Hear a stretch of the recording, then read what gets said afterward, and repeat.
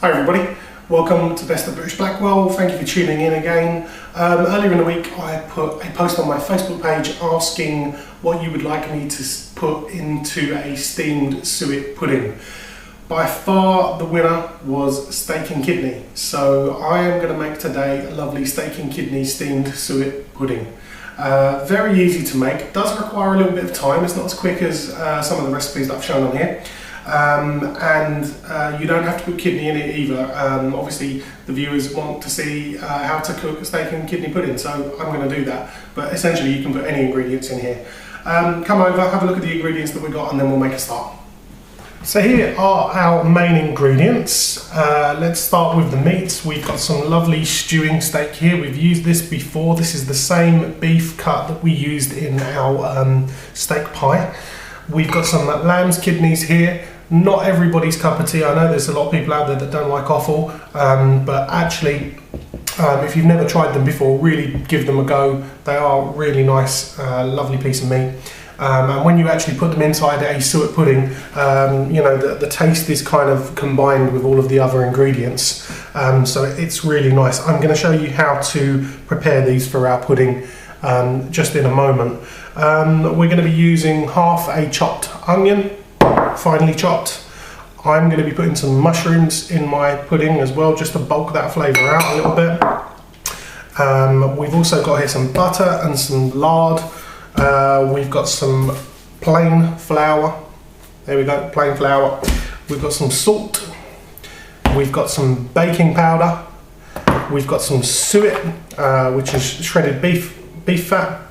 And we've got some mixed herbs. Okay, let's prepare the meat.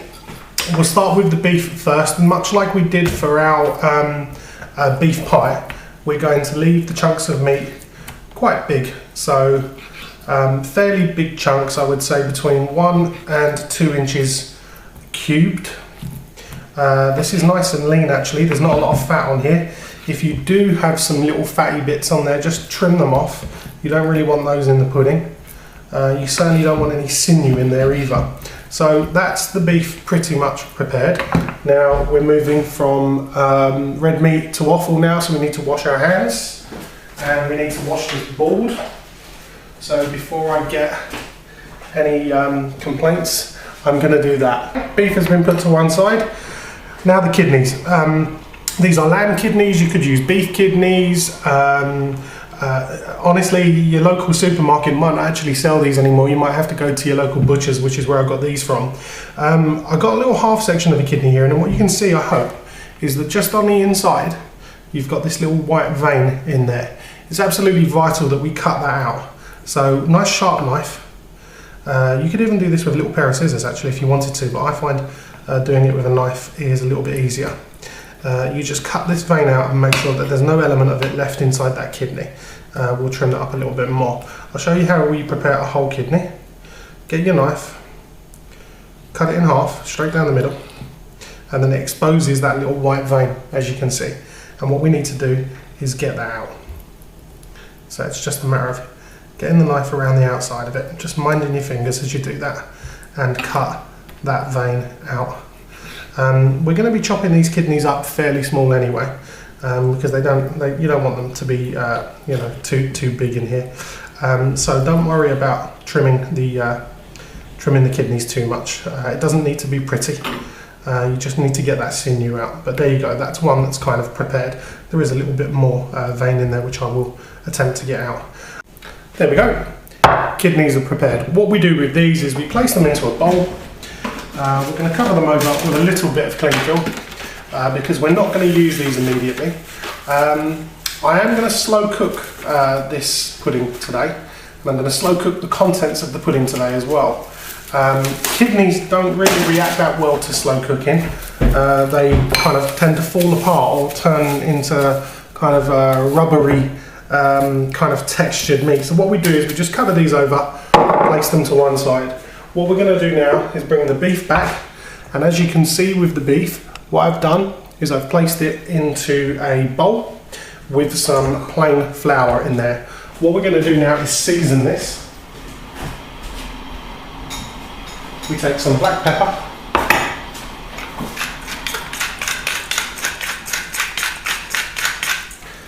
And we take some salt. And we need to get this beef coated in that flour. Lovely. What we're now going to do, get your hands in there if you need to. What we're now going to do is get this onto a pan, a frying pan, and we're going to brown this meat off. So, nice hot frying pan. We add some of our lard to that. We let that melt down. And then we add our lovely onions.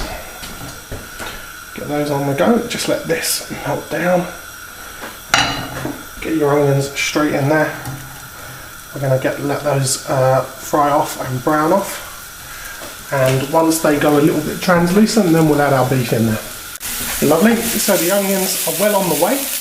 They've got nice and soft. Now what we're going to do, get our hand back in here, give this beef another coat of the flour just to make sure it's got the lovely covering all over and the lovely salt and pepper.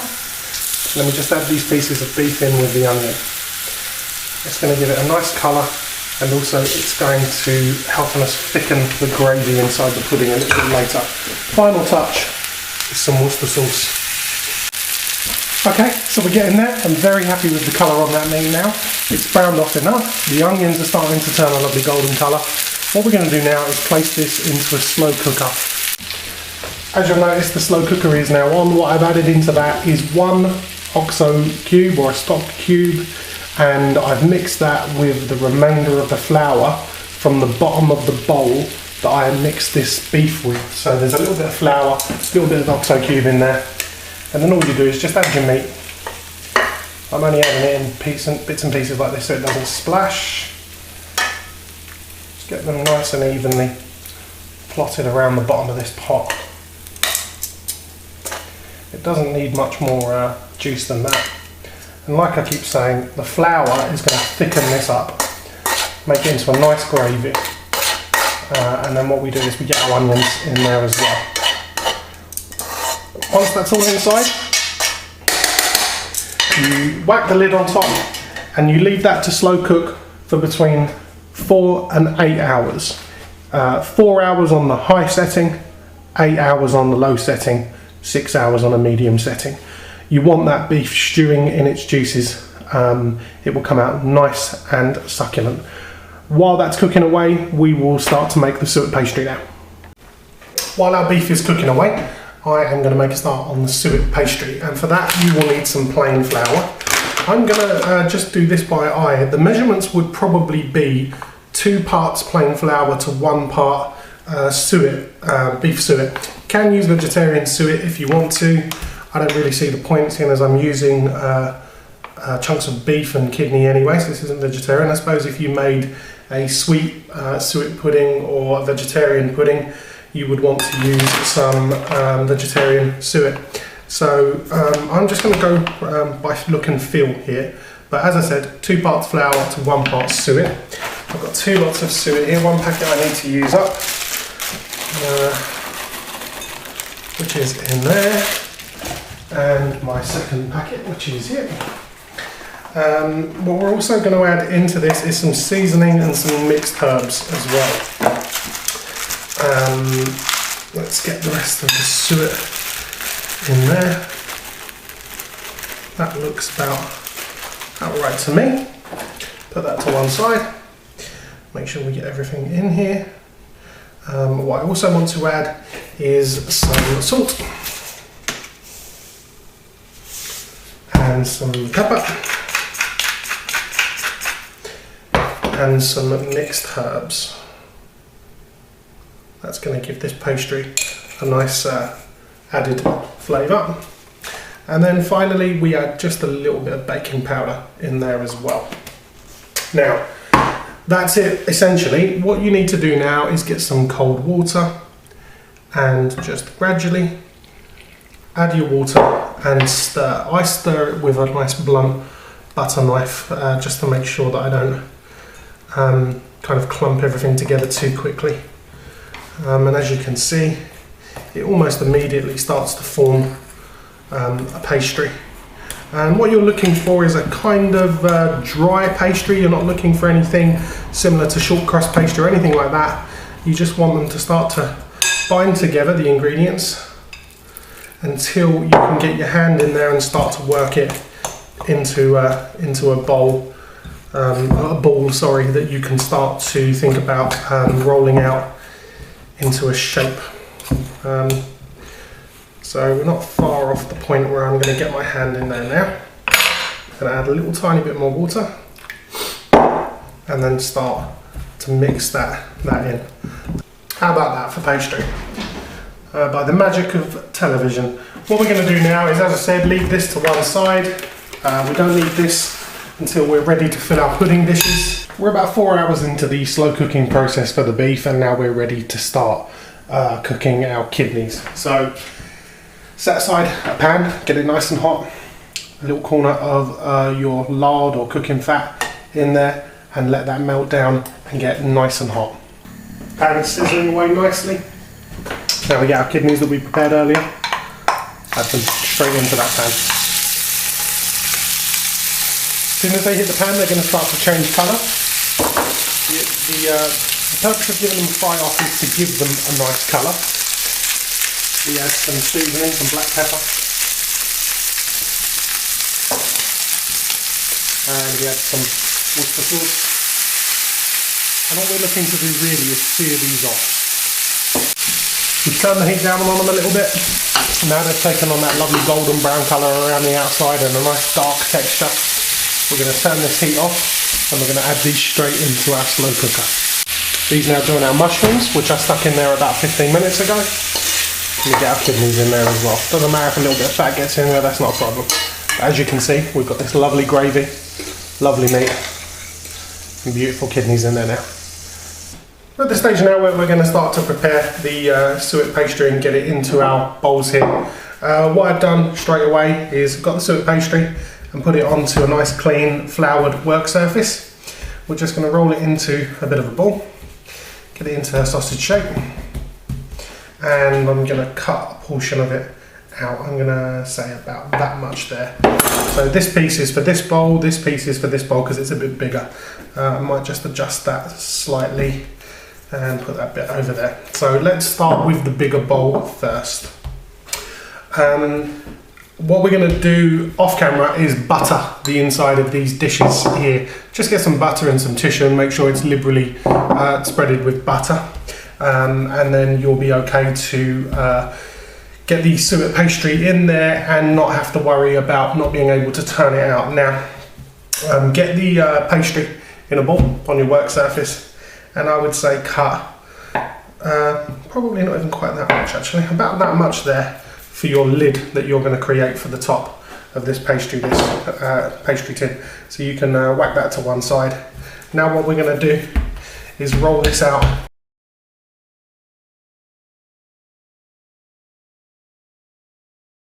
Just lay it in there and start to fold this pastry to the bottom of the dish.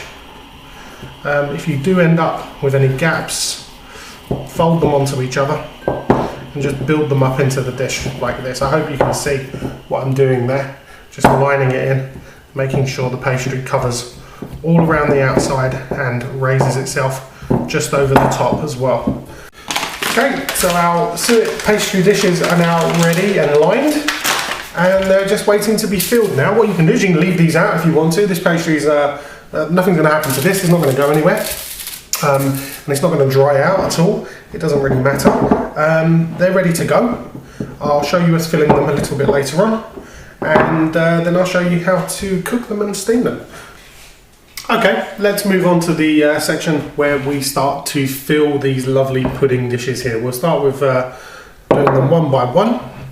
As you can see, pastry dishes are filled nice and full, and we're really going to pack in the ingredients here.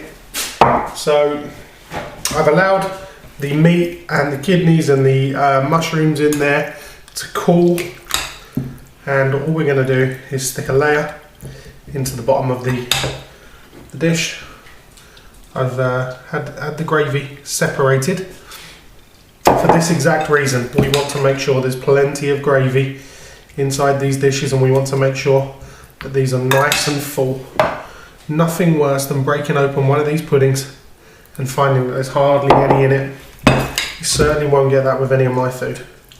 So, nice good layer of the steak and kidney mix, nice good layer of gravy, and just keep loading those ingredients up. Another bit of gravy on the top there. Let's do the small one just to make sure we've got a nice even filling across each of these dishes. There we go, get that meat in there, bit of gravy, another bit of meat, absolutely superb. And as I've said before, guys, any of you guys out there that haven't tried offal before in terms of kidneys and stuff like that, I've mentioned it before, it's all about you know, having a bit of respect for the animals that we kill to make our food. And so it's you know, if we're going to kill them, we may as well eat every single part of them and not let any of it go to waste. So it's the top to tail eating method again. Offal is one of the most underrated foods around at the moment, and I can really attest to that. So, you know, give it a go. It's cheap as well. Finally, there we go. Just fill the last bit of gravy on there. That gravy is going to be used a little bit later for the rest of our dish. I have got some more there. Let me just have a quick tidy up. I don't like to be a messy worker here. So there we go. Just give that a wipe. All we have to do now is paste some water around the top of our suet pudding dishes. Make the pastry nice and wet. Then we get our suet pastry tops off of our greaseproof paper, place them over the top there and start to crimp those together. Do them both at the same time. Yeah, beautiful. You want to crimp them together, you want to make sure that nothing's going to escape from here, that they're not going to leak, you know. I mean, a little bit of leakage isn't the worst thing in the world, but you know, you really want to keep most of those ingredients in. And a little trick that I have is once you've crimped it together, push it back into the bowl, and then what will happen is if anything does leak out, it'll leak out onto the top rather than over the side of the bowl. How do I cover them up? I've seen people do them with cling film before. I've seen people do them with greaseproof paper and tin foil. That's the method I like. I like a decent piece of greaseproof paper with a little hole cut in the top, tucked over the top of these. So there's that one, and there's that one. And then I like some tin foil with a little breathing hole there. As you can see, a little fold in it, cut into the side so that it can expand into the breathing zone. And the same with this one. I might add another little layer of cling film, just foil around the sides, just to make sure that nothing seeps out of it. And then what we do is we get these into the steamer and we start cooking them. So now what we're going to do is load these puddings into a steamer. Much like the bacon and onion suet pudding I've made previously, what you could do is put it into a saucepan and boil it that way. I don't really like doing that. I've got this steamer here and it works just well for me. So you whack the bigger one on the bottom so it gets more steam, or cooks for longer if you like. Like another lid on top. Excuse my head. Get the next one. Put the lid over the top there. It's a little bit of a squeeze, but that will steam anyway. And then we start steaming that for about an hour and a half. Okay, so let me bring you up to speed with what has happened so far. We have slow cooked our beef, we've slow cooked our onions and some gravy and some kidneys together. We've created a suet pastry and we filled it into one of these little suet pudding dishes here, and we've now steamed that for just over an hour. It's all ready, it's come out of the steamer. We're serving it with some lovely mashed potatoes and some broccoli.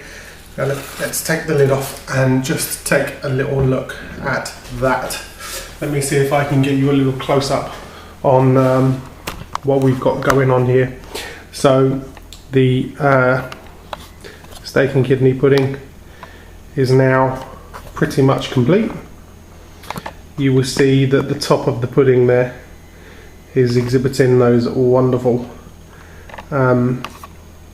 crispy pastry signs. Now let's see if we can topple it out of this dish and onto this plate. I know it's very hot, but the effect I'm looking for isn't for it to fall straight out really. Let's see if that will happen. So we take the dish, we turn it upside down, and let's see if it wants to come out to play. And there it is. That's absolutely lovely. That's exactly what it should look like. Now what I'm going to do is draw this plate across. I am going to pan down and give us the real close-up of exactly what you guys are watching this video for, which is cutting this steak and kidney pudding open and seeing exactly what's inside it. So let's take it from the top, cut it down, and just open that out, and there it is. Look at that. You've got those mushrooms, you've got those kidneys, you've got that steak, you've got that lovely suet pudding pastry around the outside. What I've also done is made a little bit of extra gravy from the contents of the slow cooker, which will go all over this plate, just like that, just to add a little bit of extra flavour to it. And then all that remains really is to get a little bit of the pastry, some of the meat, and give it a go. Honestly, all of those flavours just take me right back to when my nan used to make this when I was a lot younger. It's relatively easy to make. You just need time, you need patience, you need some perseverance. Thank you to everybody that voted for this meal to be made. I'm going to enjoy the rest of it now, and I will see you again soon. Enjoy.